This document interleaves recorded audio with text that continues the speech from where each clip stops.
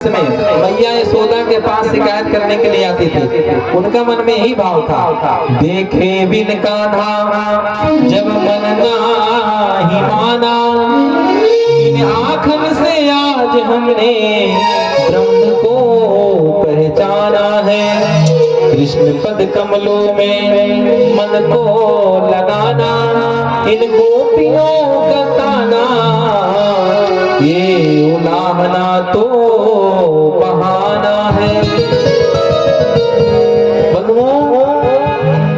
गोपियां उलाहना देने के बहाने भगवान कृष्ण का दर्शन किया करती थी और अपने आप में प्रसन्न रहती थी बंधुओं। क्यों कि इन्हीं आंखों से आज ब्रह्म का दर्शन किए थे। जो पूर्ण ब्रह्म परमात्मा जिनके इशारे पर दुनिया नाचती है, वो ब्रजगोपियों के इशारे पर बंधुओं नाचते थे। सुखदेव जी महाराज कहते हैं कि एक बार भगवान ब्रह्मांड घाट गए और ब्रह्मांड घाट में एक मिट्टी के ढेला को अपने मुख में रख लिए। बताना चाहे खूब दूध दही माखन मिश्री खा करके गौ माता को सुख प्रदान तो हम किए, लेकिन ये जो वृंदावन जिस भूमि में मेरा जन्म हुआ, उस भूमि का क्या फर्ज है। बंधुओं वहां की मिट्टी को भगवान खाए और बलराम जी आकर के शिकायत किए मैया से, मैया मैया मैया आज कन्हैया ने माटी खाई। मैया कहती है कन्हैया तेने माटी खाई? नहीं मैया, बलराम भैया झूठ बोल रहे हैं, गलत बोल रहे हैं। बलराम कहते हैं कि मैया अगर मैं गलत बोल रहा हूँ ना तो कन्हैया के मुख को भी देख ले। भगवान क्या बोले कि ना हम भक्षितवानम सर्वे मिथ्या विसंसिता। मैया जितने ग्वाल वाल सखा है सब झूठ बोल रहे हैं मैया। बलराम जी कहे मैया तो इसका मुख देख देख, अगर मिट्टी खाया है ना तो कुछ तो मुख में लगा होगा। बंधुओं लीला के लिए मैया कहती है कान पकड़ के कन्हैया तो वह मुख दिखा, और जैसे ही बंधुओं भगवान मुख दिखाए कि भगवान कृष्ण के मुख में ही पूरा ब्रह्मांड का दर्शन करा दिए भगवान। पहाड़ नदियां झरने अतल वितल सुतल तलातल रसातल महातल पाताल पूरा 14 लोक का दर्शन भगवान कृष्ण अपना मुख में करा दिए। मैया तो हक्का बक्का रह गई कि ये क्या देखी मैं, लेकिन अगले ही क्षण बंधुओं अगले ही क्षण भगवान अपनी माया को अंतर ध्यान कर दिए। भगवान की दो माया है, एक वैष्णवी माया और एक चिन्मयी माया। बंधुओं जो एक ऐश्वर्य माया और एक वैष्णवी माया। जो ऐश्वर्य माया थी वो भड़क गई, अरे यशोदा तेरी इतनी हिम्मत कि हमारे गोविंद को तू कान पकड़े। बंधुओं और जब मुख में दर्शन की मैया यशोदा घबरा गई। भगवान कृष्ण कहते हैं कि अरे मेरी मैया यशोदा है, क्यों ऐसा दर्शन कराए। बंधुओं माया के प्रभाव से भगवान बुला दिए। मैया कहती कन्हैया कन्हैया अभी अभी मैंने तुम्हारे मुख में कुछ देखी हूँ। अरे मैया कुछ नहीं देखी है, बस ऐसा ही, एक बार तू फिर से मुंह खोल। बंधुओं फिर से भगवान मुंह खोले, कुछ नहीं दिखा। सुगाचार्य सुखदेव जी महाराज कहते हैं कि हे परीक्षित आज भगवान श्री कृष्ण 4 वर्ष के हो गए हैं। भगवान श्री कृष्ण समस्त गोकुल वासियों को सुख प्रदान कर रहे हैं। सुखदेव जी कहते हैं आज भगवान श्री कृष्ण को मैया दुग्ध पान करा रही थी। भगवान श्री कृष्ण पूछते हैं हे मैया तू ये बता तुम्हें दूध ज्यादा प्यारा है या पूत प्यारा है। मैया कहते कन्हैया ये भी कोई पूछने की बात है। अरे कन्हैया तुमसे प्यारा संसार में हमारे लिए कुछ भी नहीं है। बंधुओं जो भी मैया भोग लगाती थी ना, जो भी मैया घर में कार्य करते थे भगवान के लिए, मन से वचन से क्रम से जो भी काम करती थी भगवान के लिए, सुबह जगना से लेकर के सोने तक जो भी काम करती थी अपने कन्हैया के लिए। और भगवान श्री कृष्ण स्वयं कहते थे कि जब इनको मैं मिल गया हूँ तो फिर अन्न की क्या आवश्यकता। भगवान उनके समस्त भोगों को बंधुओं प्राप्त करके मैया यशोदा को सुख प्रदान करते थे। लेकिन आज भगवान जब पूछे कि मैया तुम्हें दूध ज्यादा प्यारा है कि दूध प्यारा है, अरे कन्हैया तुमसे प्यारा संसार में हमारे लिए कुछ भी नहीं है। भगवान बोले अच्छा मैया ऐसी बात है? हाँ कन्हैया हाँ। बंधु इतनी देर में एक गोपी आई यशोदा मैया के पास, मैया मैया तुम यहाँ कन्हैया के लिए दिन भर विलम्ब रहती है ना, देख चूल्हे में जो दूध चढ़ा के आई थी दूध उफन रहा है। और बंधु जैसी मैया सोने के दूध उफन रहा है, कन्हैया को धीरे से जमीन में बिठा दी और फिर चल गई कहाँ? दूध को देखने के लिए। भगवान सोचे देखो तो सही, अभी अभी मैया से मैंने प्रश्न किया था कि मैया तुम्हें दूध ज्यादा प्यारा है या पूत प्यारा है? और जैसे दूध का समाचार सुनी कि तुरंत मुझे जमीन में लिटा करके भग गई। और बंधुओं यशोदा मैया का ये दूध उतारने के लिए भगवान नाराज हो गए। क्या किए? एक छोटी सी कंकड़ लेकर के, पत्थर लेकर के यशोदा मैया के घर में, यशोदा मैया के सासू जी एक 40 सेर का बंधु मटकी दिए थे, उसमें 40 सेर मक्खन आटा था। भगवान श्री कृष्ण रिटर्निंग थोड़ा कम करेंगे। उस 40 सेर के जो बड़ा मटका था, भगवान पत्थर उठा के धीरे से जैसे ही मारे, सोचे कि आवाज करेगी, जैसे ही बंधु पत्थर फेंक के उस मटका पे मारे कि पूरा माखन आंगन में फैल गया और मटका गया फूट। अब तो भगवान श्री कृष्ण डरने लगे, सोचे कि अब तो मैया हमारी खबर लेगी। लेकिन सोचे डरने से क्या होगा? बंधुओं माखन को एक कटोरा में भर करके पहुंच गए कहाँ? अपने खिड़की के पास में। अब वहां से माखन समस्त बंदरों को, भालुओं को लुटा लुटा के भगवान आनंद ले रहे हैं। बंधुओं भगवान सोचे यही बंदर भालू की सेवा के द्वारा हम लंका पर विजय प्राप्त किए थे, आज मैं कृष्ण बन करके आया हूँ तो इनको भी सुख दूं। बंधुओं समस्त बंदरों को भगवान माखन लुटा लुटा के खिला रहे हैं। यशोदा मैया जब दूध को उतार करके जब आई आंगन में क्या देखी? 40 सेर का जो मटकी था पूरा आंगन में फैला हुआ है, माखन ही माखन। अरे कन्हैया कहाँ गया? ढूंढने लगी चारों तरफ। देखती है खिड़की के पास में कन्हैया माखन का ढेला बना करके बंदरों को खिला रहे हैं। मैया सोची कि मेरा कन्हैया बड़ा हो गया है, अगर ऐसे ही मैं लाड़ प्यार में इसे रखे रही तो बिगड़ जाएगा। बंधु एक चांदी का छड़ी ली और कन्हैया के पीछे मैया जाती है। जैसे ही मैया गई कि भगवान बंधुओं भागना प्रारंभ किए। मैया कहती है कन्हैया जल्दी से पकड़ा जा। भगवान आगे आगे, पीछे से मैया। बंधुओं पूरा आंगन में, पूरा महल में भगवान भाग रहे हैं, मैया पकड़ने का प्रयास कर रही है, भगवान पकड़ा नहीं रहे हैं। भगवान कहते हैं मैया ये बता, अगर मैं पकड़ा जाऊंगा तो मारेगी तो नहीं ना? मैया कहती है कन्हैया बिल्कुल नहीं मारूंगा, मैं तो तुम्हारी आरती उतारूंगा, अगर पकड़ा तो जाओ। तो भगवान परेशान कर दिए, मैया थक गई। अंतिम में सोचे कि मैया हमारी बड़ी भोली है, थक गई होगी, पकड़ा जाता। मैया मैं पकड़ा रहा हूँ, मारना मत। बंधुओं जैसे ही भगवान श्री कृष्ण पकड़ाए, मैया क्या की?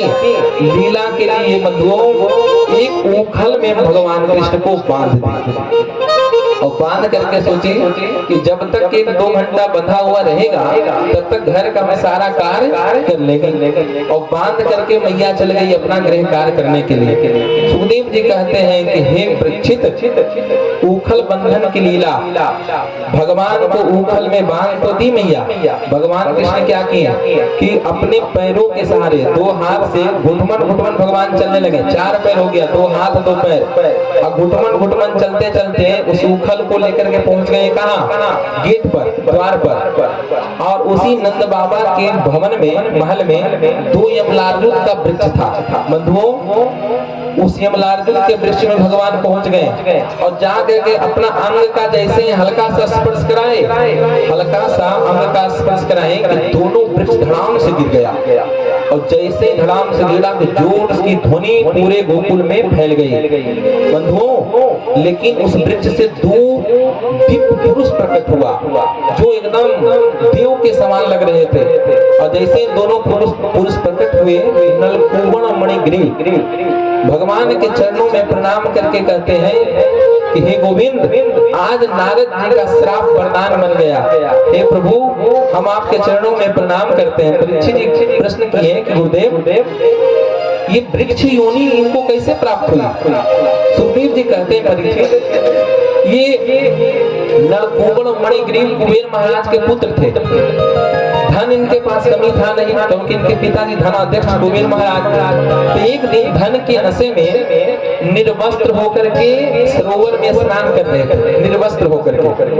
उसी रास्ते से नारद जी जा रहे थे। नारद जी को जाते हुए देखा, लेकिन वस्त्र को नहीं पहना, स्नान करते रहा। नारद जी कहते हैं कि हो तो तुम कुबेर महाराज के पुत्र, लेकिन तुम्हारा कर्म में निकृष्ट नीच वाला कर्म है। अब तुम्हें ज्यादा ही निर्वस्त्र होकर के स्नान करने का शौक लगा है ना, जाओ मैं तुम्हें श्राप देता हूँ कि तुम वृक्ष बन जाओ। हमेशा धूप का भी स्नान करते रहना, हमेशा बारिश का भी स्नान करते रहना, वृक्ष बन जाओ। दोनों आकर के चरण पकड़ लिए, महाराज हमसे क्षमा कीजिए, हमें क्षमा कर दें, हमसे अपराध हो गया, गलती हो गई। नारद जी बोले कि श्राप तो वापस नहीं हो सकती, लेकिन एक आशीर्वाद तुम्हें मैं जरूर दे सकता हूँ। बोले क्या?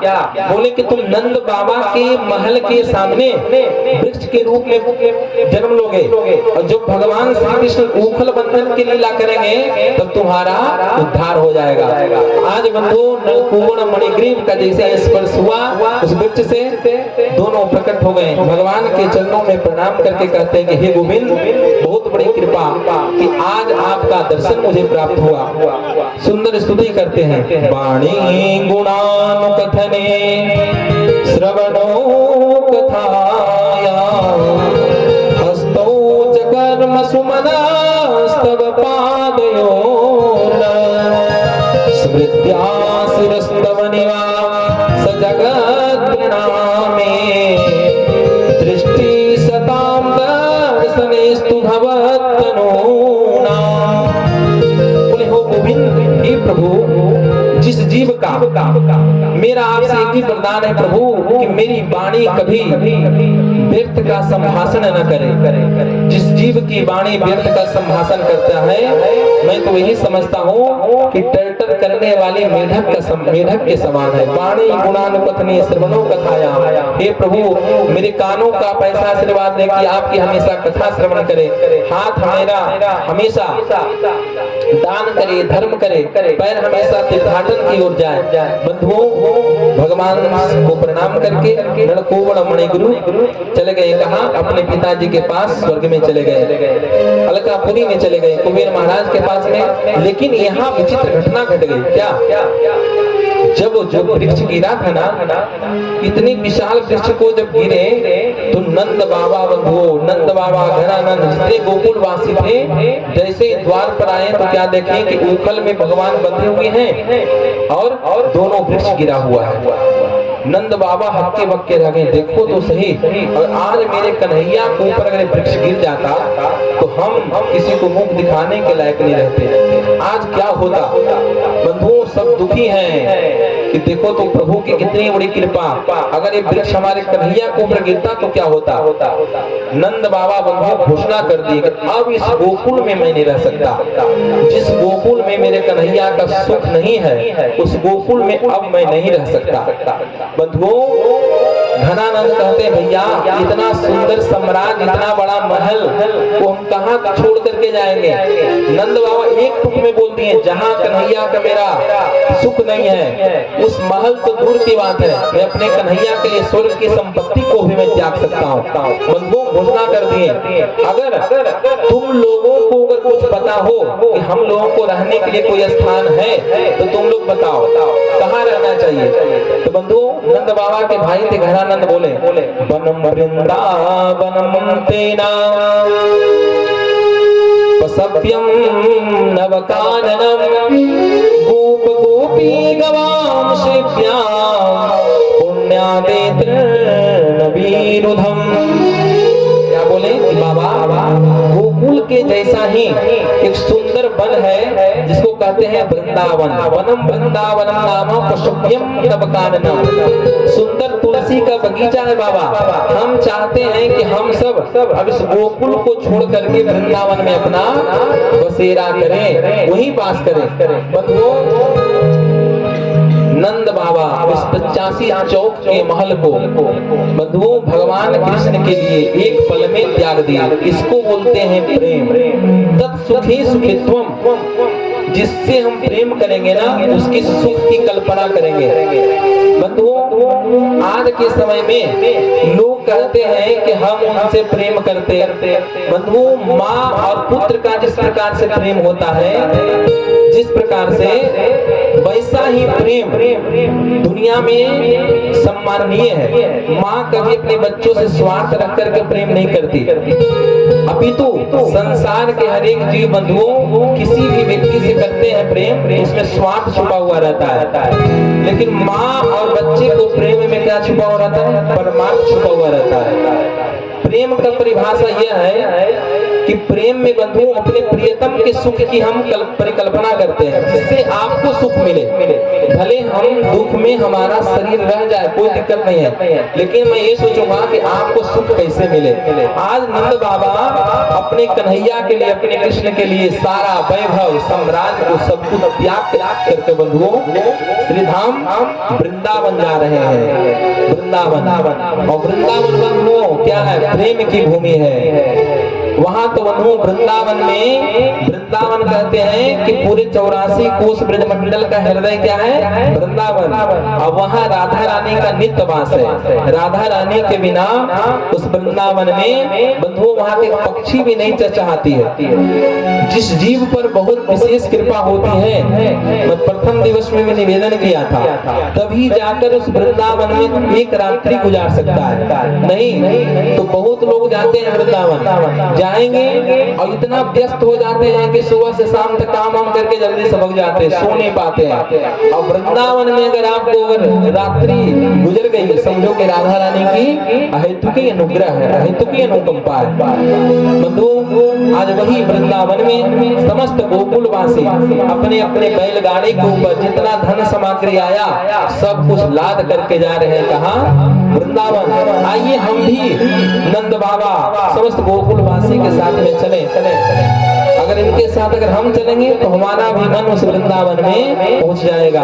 एक बार प्रेम से वृंदावन बिहारी लाल की कि मन चल रे वृंदावन धाम, रटेंगे राधे का नाम, मिलेंगे कुंज बिहारी, ओढ़ के कांवर कारे, मिलेंगे कुंज बिहारी, ओढ़ के कांवर कारे। मन चल रे वृंदावन धाम, मन चल रे वृंदावन धाम, रटेंगे राधे के नाम, मिलेंगे कुंज बिहारी, ओढ़ के कांवर कारे, हो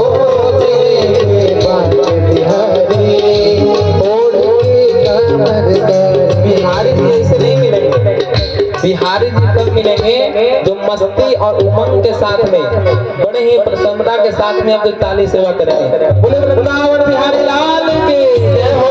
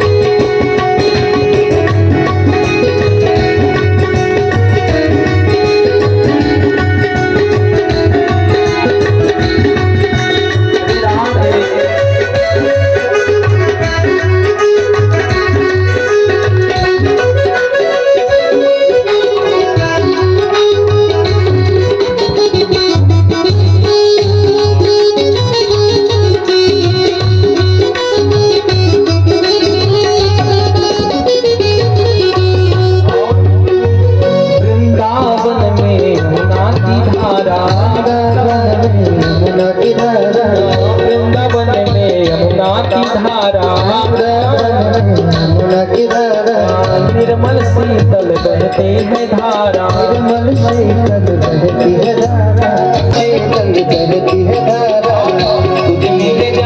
तुझे मिल जाए श्यामा श्याम, तुझे मिल जाए श्यामा श्याम, रटेंगे राधे के नाम लेंगे कुंज बिहारी, प्यार के कावलधारी हो मेरे कुंज बिहारी, ओढ़ के कावलधारी, मेरे कुंज बिहारी, ओढ़ के कावलधारी।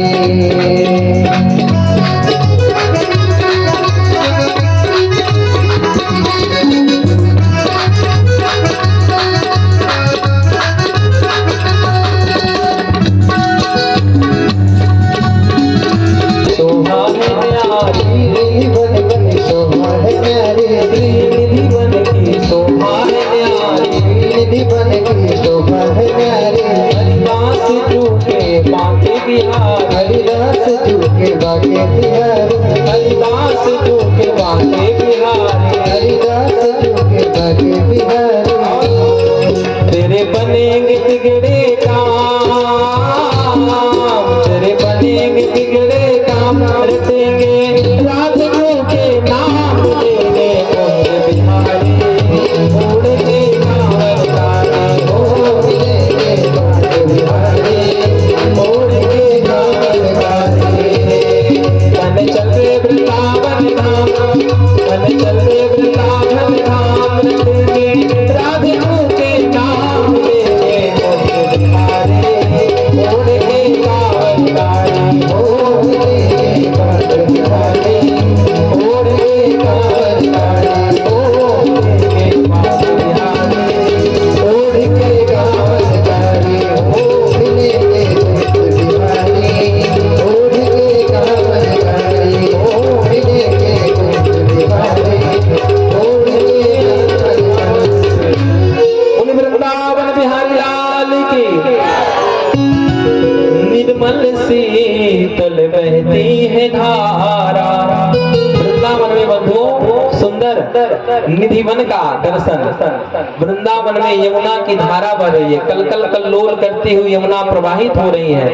सुंदर गिरिराज जी का सुंदर छटा छलक रही है। उसी वृंदावन में वास करने के लिए समस्त गोकुलवासी पहुंचे। बंधुओं, जब वृंदावन आए थे ना, तो उस वृंदावन में कहीं कुछ नहीं था, सिर्फ वन का बगीचा था। उसी वन की तुलसी का बगीचा था। उसी तुलसी के बगीचा में बंधुओं बैलगाड़ी को अर्धचंद्राकार अवस्था में कर करके नंद बाबा अपना समय बिताए। बंधुओं, अपने कन्हैया के लिए सारा वैभव सारा सुख को त्याग दिए। धीरे धीरे बंधुओं उसी वृंदावन में सारे गोकुलवासी निवास करने लगे। सुखदेव जी महाराज कहते हैं कि परीक्षित, नंद बाबा, गोप ग्वाल, यशोदा मैया अर्धचंद्राकार अवस्था में बैलगाड़ी के नीचे रहती है। आज भगवान श्री कृष्ण को बछड़ा चढ़ाने की अनुमति मिली। भगवान श्री कृष्ण अपने ग्वाल बाल सखाओं के साथ में बछड़ा चढ़ाने के लिए गए। बंधुओं, कंस की चिंता दिनों दिन बलवती होती जा रही है कि मेरा काल कैसे मरेगा। बंधुओं, एक बत्सासुर नाम का असुर था। सोचा कि बछड़े के झुंड में बछड़े का स्वरूप धारण करके मिल जाऊंगा। जब कृष्ण हमारे पास में आएगा, ऐसा दौलती चलाऊंगा कि कृष्ण का उद्धार हो जाएगा। बंधुओं, भगवान थे, जैसे ही बछड़े के झुंड में भगवान देखे कि अरे हमारे बछड़ों में से कोई एक बछड़ा अलग सा दिख रहा है। भगवान समझ गए और उसके पैर पकड़ के बंधुओं 7 बार आकाश में घुमा करके धड़ाम से जमीन पर पटक दिए। वत्सासुर का गोविंदाय नमो नमः हो गया। वहां पहुंचते ही बंधुओं वत्सासुर का उद्धार कर दिए। एक बकासुर आया बगुला बन करके, बगुला बन करके आया। सखा कहते हैं कन्हैया देखो देखो बगुला कितना सुंदर दिखता है। बोले कि सुंदर बगुला नहीं है, ये असुर है। बंधुओं, बगुला बकासुर क्या किया कि भगवान कृष्ण को निगल गया। इतना विशाल स्वरूप धारण करके आया बकासुर, भगवान कृष्ण को निगल गया। सब सखा कहने लगे देखो तो सही मेरे कन्हैया को पेट में ले लिया। भगवान कृष्ण क्या किए कि बंधुओं अपने शरीर को जैसे फुलाए और फुला करके बंधुओं बाहर निकल गए। और जब बाहर निकले उसको दोनों चोंच को पकड़ करके बंधुओं चीर डाले। बकासुर का भी गोविंदाय नमो नमः। आते ही बंधुओं बत्सासुर बकासुर का भगवान उद्धार कर दिए। आज भगवान अपने ग्वाल वाल सखाओं के साथ में गैया चराने के लिए गए थे। एक कंस का एक सैनिक था जिसका नाम था अघासुर। बंधुओं अघ कहते हैं पाप को। अघासुर कहाँ आया? वृंदावन। अघासुर सोचा कृष्ण और बलराम अभी नए नए हैं इस वृंदावन में, वृंदावन के बारे में ज्यादा ये जानते नहीं है। बंधु अघासुर विशाल अजगर का रूप धारण कर लिया। अघासुर सोचा कि भोले भाले ग्वाल बाल सखा कृष्ण इन लोग हमारे भीतर गुफा समझ करके आएंगे और जैसे ही कृष्ण अंदर प्रवेश करेगा कि मैं अपना मुख बंद कर लूंगा। इतना विशाल स्वरूप बनाया कि जिसका बंधुओं नीचे का जो तलवा था जमीन से स्पर्श कर रहा था और ऊपर का जो भाग था स्वर्ग से स्पर्श कर रहा था। ऐसा लग रहा था कि विचित्र प्रकार की एक गुफा है। बंधुओं भगवान श्री कृष्ण के ग्वाल बाल सखा सब पहुंचे कहा? वन में बछड़ा चरा रहे हैं और सब इधर उधर घूम घूम के खा रहे हैं, आनंद मना रहे हैं। लेकिन एक सखा की दृष्टि पड़ी उस अघासुर के शरीर पर। एक सखा कहता है कि देखो तो सही कितना सुंदर गुफा है, चलो हम इसके अंदर चलते हैं दर्शन करने के लिए। एक सखा कहता है देखो कन्हैया अभी हमारे पास में नहीं है, गया है बछड़ा को लेने के लिए, अभी हम लोग कहीं नहीं चलते। अरे तुम बिल्कुल डरपोक हो। अरे अगर मान लो कोई अगर असुर भी होगा तो पीछे मेरा कन्हैया है ना, वो हम लोग की रक्षा करेगा। बंधुओं सखाओं की खूब दृढ़ता थी, खूब विश्वास था कि हमको कोई कुछ नहीं कर सकता, क्योंकि हमारे रक्षक गोविंद है, भगवान है। बंधुओं जितने ग्वाल बाल सखा थे कुछ अपने भोजन जो बछड़ा चढ़ाने जाते ना तो अपने अपने भोजन सामग्री को लेकर के जाते थे, तो अपने अपने सामान को कुछ पीपल के वृक्ष में टांग दिए और कुछ सखा ग्वाल बाल लाठी डंडा बछड़ा सहित तो गुफा में प्रवेश किए। गुफा क्या था? वो अघासुर था, असुर जो विशाल स्वरूप बना करके बैठा था। और बंधुओं जैसे गुफा के अंदर प्रवेश किए, गुफा के अंदर बंधुओं वो तो अघासुर का जीव था। जब जीव के ऊपर जब चलते हैं सखा कहते हैं कि देखो तो सही, ऐसा लगता है कि ऋषि मुनि इस गुफा में डल्लक बिछा करके रखे हैं और कितना सुंदर गुफा है। ऐसा लगता है अंदर जब जाएंगे तो अनंत प्रकार के संतों का दर्शन होगा। बंधुओं सारे सखा जब और आगे बढ़े तो अघासुर के बड़े बड़े दांत दिखे। एक सखा कहता है भैया ये सफेद सफेद क्या दिख रहा है? एक सखा कहता है अरे तुम्हें पता नहीं, जब संत महात्मा जब अंदर जाते होंगे ना तो इसी खूंटी में अपना अपना सामान टांग के जाते होंगे। तो ऐसा करो इसी खूंटी में अपना जो सामान लाए हो सब टांग दो। बंधुओं खुद तो सामान सांप के अघासुर के दांत को खूंटी समझकर अपना अपना सामान टांग दिए। फिर सब सखा इतना विशाल स्वरूप था, बछड़ा ग्वाल बाल सखा सब अंदर प्रवेश किए। जैसे ही अंदर गए कि अंदर अंधेरा दिखा। एक सखा कहता है कि अरे हम लोग कहीं गलत जगह तो नहीं आ गए। एक सखा फिर कहता है अरे तुम बिल्कुल डरपोक हो, तुम पहले भी डर रहे थे, कन्हैया है ना पीछे, वो अगर असुर भी होगा तो कन्हैया समझ लेगा। बंधुओं अंदर प्रवेश किए। अंदर जब गए अघासुर सोच रहा है कि इन भोले भाले सखाओं को मारकर हमें क्या मिलेगा? असली जो वास्तव में जो मेरा शत्रु है वो तो है कृष्ण, और कृष्ण पीछे। जब तक कृष्ण न आएगा तब तक मैं मुख बंद करके हमें क्या मिलेगा?